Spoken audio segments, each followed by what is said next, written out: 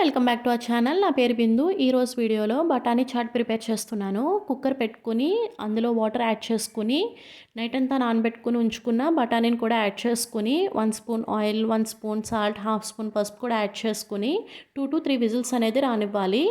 And 2 medium size టొమాటోస్ని మిక్సర్లో వేసుకుని ఇలా ప్యూరీలా బ్లెండ్ చేసుకోవాలి. అండ్ 2 మీడియం సైజ్ ఆనియన్ క్యూబ్స్గా కట్ చేసుకుని మిక్సర్లో వేసుకుని ఇలా బ్లెండ్ చేసుకోవాలి. బాయిల్ చేసిన బఠానీని హాఫ్ బఠానీని తీసుకున్నాను. మిగతా హాఫ్ బఠానీని పక్కన పెట్టుకొని ఈ బఠానీని కూడా మిక్సర్లో వేసుకుని ఇలా బ్లెండ్ చేసుకోవాలి. సో ఇప్పుడు ప్యాన్ పెట్టుకొని ఆయిల్ వేసుకుని బ్లెండ్ చేసుకున్న ఆనియన్ పేస్ట్ అండ్ వేసుకుని బాగా కొంచెం ఫ్రై చేసుకున్నాక 1 స్పూన్ సాల్ట్, హాఫ్ స్పూన్ పసుపు అండ్ కొన్ని గ్రీన్ చిల్లీస్ కూడా యాడ్ చేసుకుని బాగా ఫ్రై చేసుకుంటున్నాను. ఇప్పుడు half spoon ginger garlic paste కూడా యాడ్ చేసుకొని పచ్చివాసన పోయిన తర్వాత ఇప్పుడు ప్యూరీ చేసుకున్న టమాటోని కూడా వేసేసుకోవాలి. సో ఈ రకంగా వేసేసుకొని బఠానీ ప్యూరీ కూడా ఉంది కదా, సో అది కూడా వేసేసుకుంటున్నాను. సో వేసేసుకున్నాక కొన్ని వాటర్ అనేది కూడా యాడ్ చేసుకుంటున్నాను. వాటర్ యాడ్ చేసుకున్నాక ఇప్పుడు పక్కన పెట్టుకున్న బఠానీ ఉంది కదా, సో ఈ బఠానీ ఇప్పుడు నేను ఇందులోకి యాడ్ చేసుకుంటున్నాను. యాడ్ చేసుకున్నాక ఇప్పుడు పౌడర్స్ అన్నీ యాడ్ చేసుకుంటున్నాను. 1 స్పూన్ ధనియా పౌడర్, హాఫ్ స్పూన్ జీరా powder, 1 spoon chaat masala and half spoon ఆమ్చూర్ పౌడర్ యాడ్ చేసి బాగా మిక్స్ చేసుకుంటున్నాను. అండ్ 2 స్పూన్ చిల్లీ పౌడర్ కూడా యాడ్ చేసుకున్నాను. అండ్ ఆమ్చూర్ పౌడర్ అస్సలు మిస్ చేయొద్దు, చాలా మంచి టేస్ట్ వస్తుంది. డెఫినెట్గా ట్రై చేయండి ఆమ్చూర్ పౌడర్ వేసి. సో కొన్ని వాటర్ యాడ్ చేసుకుని ఇలాగా ఒక 10 మినిట్స్ సిమ్లో పెట్టుకుంటే మనకి చాట్ అనేది బేస్ రెడీ అయిపోతుంది. సో ఇది సర్వ్ చేసుకున్నప్పుడు కొన్ని వాటర్ యాడ్ చేసుకుని సర్వ్ చేసుకుంటే బాగుంటుంది. ఇప్పుడు నేను ఈ విధంగా సర్వ్ చేసుకుంటున్నాను. డెఫినెట్గా ఈ విధంగానే సర్వ్ చేసుకోండి, చాలా అంటే చాలా బాగుంటుంది టేస్ట్.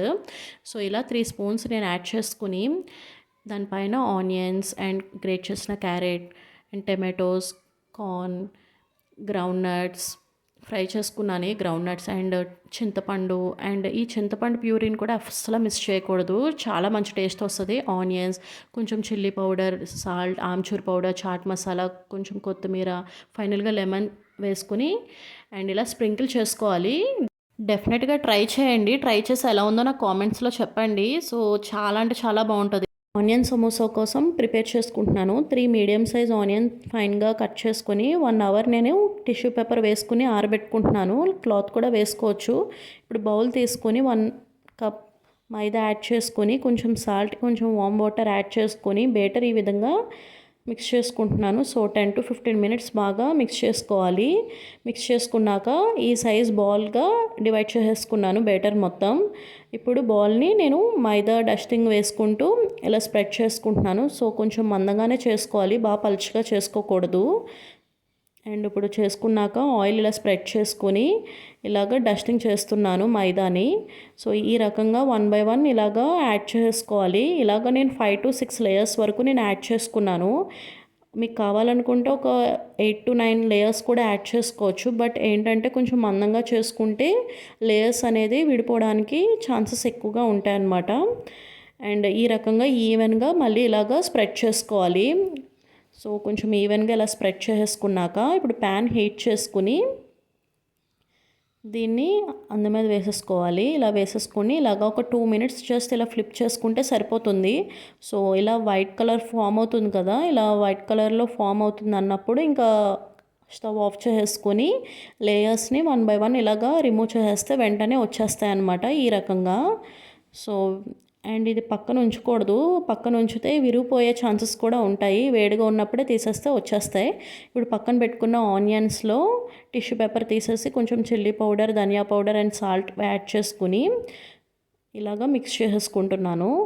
ఇప్పుడు ఆయిల్ యాడ్ చేసుకొని హీట్ చేసుకున్నాక